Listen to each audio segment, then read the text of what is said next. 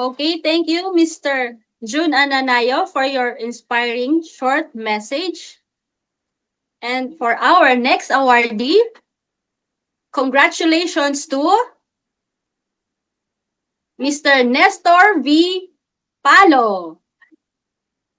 Okay, pakinggan naman po natin ang short message from our millionaire, Mr. Nestor Palo.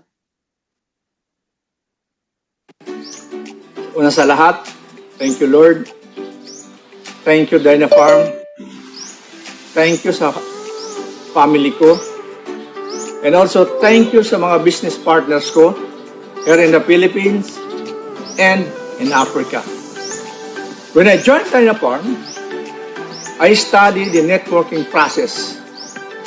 Considered this as my new job. And even I asked the help of my upline and focus on doing the business. I even treat my upline for a merienda to ask how he got that big check. And he did told me, you want me to share it with you? Sige lang.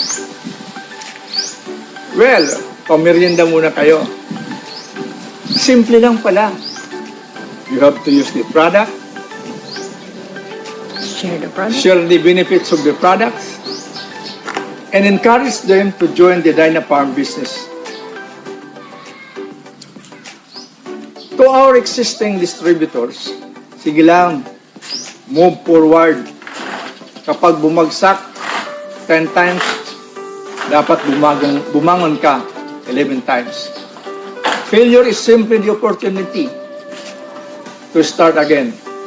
This time, more intelligently.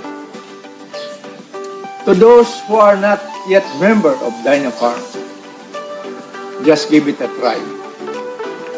Whether you walk, you run, you crawl, you swim, you fly, just start.